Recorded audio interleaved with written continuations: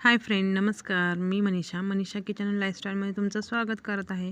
तर मी बघा मस्त अशी हरभऱ्याची भाजी बनवणार आहे. त्यासाठी मी त्या हरभऱ्याची भाजी व्यवस्थित साफ करून स्वच्छ धुवून चाळणी निथळायला ठेवली होती. आणि त्यात कढईत तेलही गरम झाले, त्यामध्ये टाकले जिरे आणि मिरची लसूणचा ठेचा. तो चांगला तेलामध्ये परतून घ्यायचा, व्यवस्थित चांगला परतून घ्यायचा बघा. आता मी त्यामध्ये टाकत आहे ही स्वच्छ धुतलेली हरभऱ्याच्या पानांची भाजी. आणि आता ती चांगली हलवून घ्यायची व्यवस्थित.